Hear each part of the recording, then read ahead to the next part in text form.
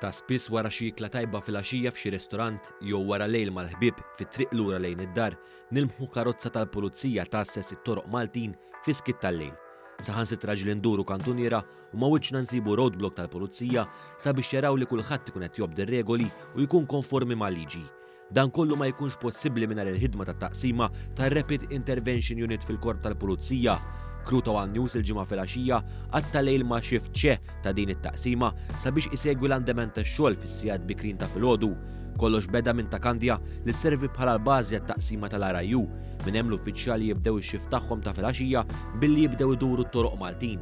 Kull vettura b'żewġ uffiċjali ġo fiha tkun assenjata żona partikolari sabiex bekk il-vetturi kollha mal-lejl ikopru żoni kollha madwar Malta.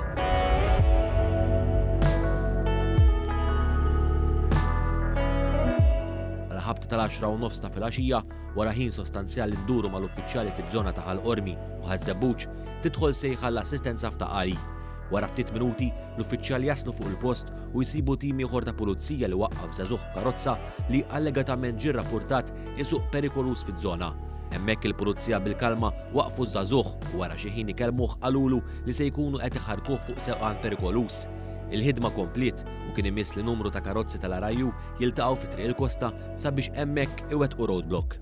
Ir-roadblocks huma parti kruċjali mill-ħidma tal-uffiċjali tal-RIU matul il-lejl għalkemm dan jista' jkun ta' inkonvenjent għal ħafna sewwieqa li jinsertawhom l-għan aħħari tagħhom mhuwiex biss li l-uffiċjali tal-pulizija jaċċertaw ruħhom li s-sewwieqa jkollhom id-dokumentazzjoni meħtieġa iżda wkoll li jaraw li kulħadd ikun qed isuq b'mod sigur sabiex jiġu evitati inċidenti anke fatali. Waqt ir-roadblock li wettqu l-uffiċjali tal-RIU b'komunikattiva eċċellenti bdew jitolbu l-liċenzja u l-polza tal-assigurazzjoni ta' kull sewwieq jew sewwieqa li waqfu.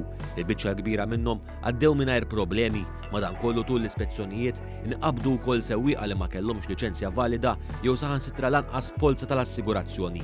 F'każ partikolari, wara li l-uffiċjali ċċekkjaw għal darba darbtejn id-dokumentazzjoni kellhom jgħidu sewwieq jieqaf isuq u jħarkuh. Veru Mike, jiġifieri il-persuna m'għandux dan tal-imma u xek.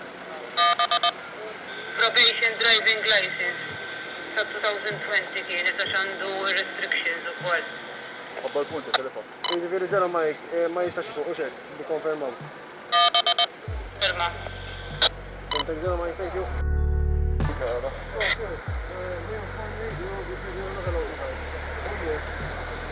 Because it's under probation and also you have restrictions on your driving license.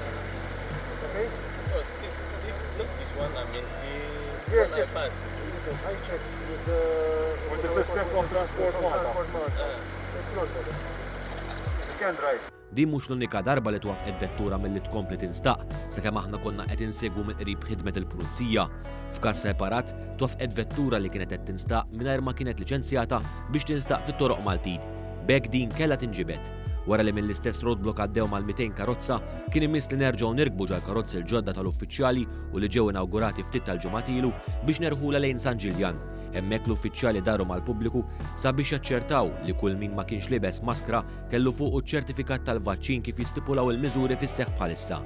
Għal ħabta ta' 3 ta' filgħodu, l-uffiċjali komplew bir-rondi tagħhom sabiex ikomplu bir-rondi fiż-żoni assenjati lilhom sa tmiem ix-xift. Hekk kif spiċċajna mill-ħidma tagħna, apprezzajna bil-wisq aktar il-ħidma ta' dawn l-uffiċjali li l-għan aħħari tagħhom huwa li aħna lkoll inkunu siguri fit-toroq.